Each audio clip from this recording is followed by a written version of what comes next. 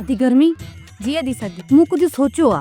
मुबारक थी अदी अदी छाजी मुबारक हूं तो भी सोचण शुरू कयो आ हिन गाल जो मुबारक दी नी थमाए ठयो ठयो या माई ताया जो सोचींदी आया बाकी तू त अंदर में तीर हलाईंदी आई हाँ हाँ मु तो वडा झेड़ा कराया मुजी गाल होते छुट्टी हाने तू झेड़े जला तैयार थी वई तो पो बुधा ना गाल के वधाए छो थी मां सोचो आ त गर्मी पाने के हेठ चणो पवंदो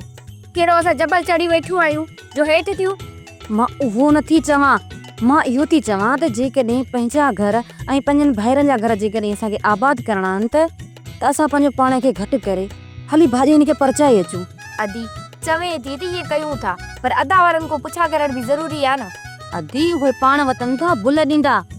ऐं मूंखे इहा ख़बर आहे त इनकार कोन कंदा पर वरी बि अचनि त पुछी था वठूं अदा असां भेणनि खे तव्हां भाइरनि जो एहसास आहे हाँ एहसास आहे पोइ भला आदि अदा असां सोचियो आहे त पाण खे हेठ करे भाॼाइनि खे परचाए अचूं सच्ची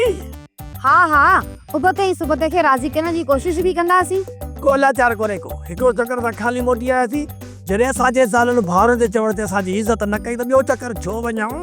हाँ सही ॻाल्हि आहे नी भूख बसर वॾेरे हरू भर वटि हली पंहिंजा कंध झुकाए आज़ियूं ॾियाज़ियूं मिठियूं कयूंसि इन खां सुठो आहे त असांजूं भेणूं वञी इन मसइले खे हल कनि ऐं असांजी घरवारियुनि खे राज़ी कनि जेकॾहिं गे सदी उमिरि सां निकिरे थो त पोइ टेड़े करण जी कहिड़ी ज़रूरत आहे अदा असांजूं ज़ालूं हिननि जे चवण ते अची बि वञनि पर उबते सुबते खे मिंथूं कॼूं रही हो मथे ते चढ़ी वेंदा जट खे ॾिजे मान त चुतीअ सदो गिल मथे असांजे भेणुनि खे वरी मौत भरती ॾेखारी अथई थी सघे थो न त हथ पोइ खणनि बस अदा बस तोखे ईअं थो लॻे तो पंहिंजनि भेणनि खे सुञातो ई कोन्हे मां आहियां सर्दी सर्दी हकल ॾींदी आहियां न त माण्हुनि खे ॾकणी वठी वेंदी आहे ऐं अदा मां आहियां गर्मी अख खणा त माण्हुनि जा पघार निकिरी वञनि अदी तव्हांजी असांखे ख़बर आहे पर छॾ अदा पर जी पचर अदी तव्हां वञो पंहिंजी नह चोटी जो ज़ोर लायो मथां कमु थी पवे त इन वॾेरे हरू भरू जे फ़ैसिले खां बची पवंदासीं ऐं लानती लकुड़ जे मुंहं ते दमकी मलजी वेंदी हा अदा हा जेकॾहिं भाॼे यारनि खे असांखे पोती लाहे रखणी पई न पोइ बि असां परचाईंदासीं ऐं तव्हां भाइरनि सां बि असांजो वाइदो आहे त हुननि खे परचाए असां पोइ मोटंदियूंसीं अदा हुते वेंदियूं न रदो मामले खे ख़राब करे थियूं ॾिसजांइ मांधाणी हाजानी ऐं हिननि ॿिन्हिनि जा जुंडनि में हथाऊं अथई ईअं लॻंदो जो झटि साइकिल धोराए अदा वाइदो आहे जे असांखे ॿ टे धक बि लॻा न त सबर करे मोटी वेंदीसीं पर भाॼाइनि खे वठी ज़रूर ईंदियूंसीं वधी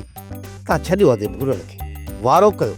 मिंथूं आज़ियूं न्याज़ियूं गीसूं करणियूं पवनि कजो पर ठाह खां सवा न मोटिजो सोप सीरियल जहिड़ियूं ज़ालूं तहिड़ा मुड़स तमाम एपिसोड्स ॾिसो HD क्वालिटीअ में विज़िट करियो असांजो YouTube channel Sindh TV HD drama subscribe कयो असांजो official YouTube channel Sindh TV HD drama ऐं वधीक अपडेट लाइ बेल आइकन खे क्लिक करियो।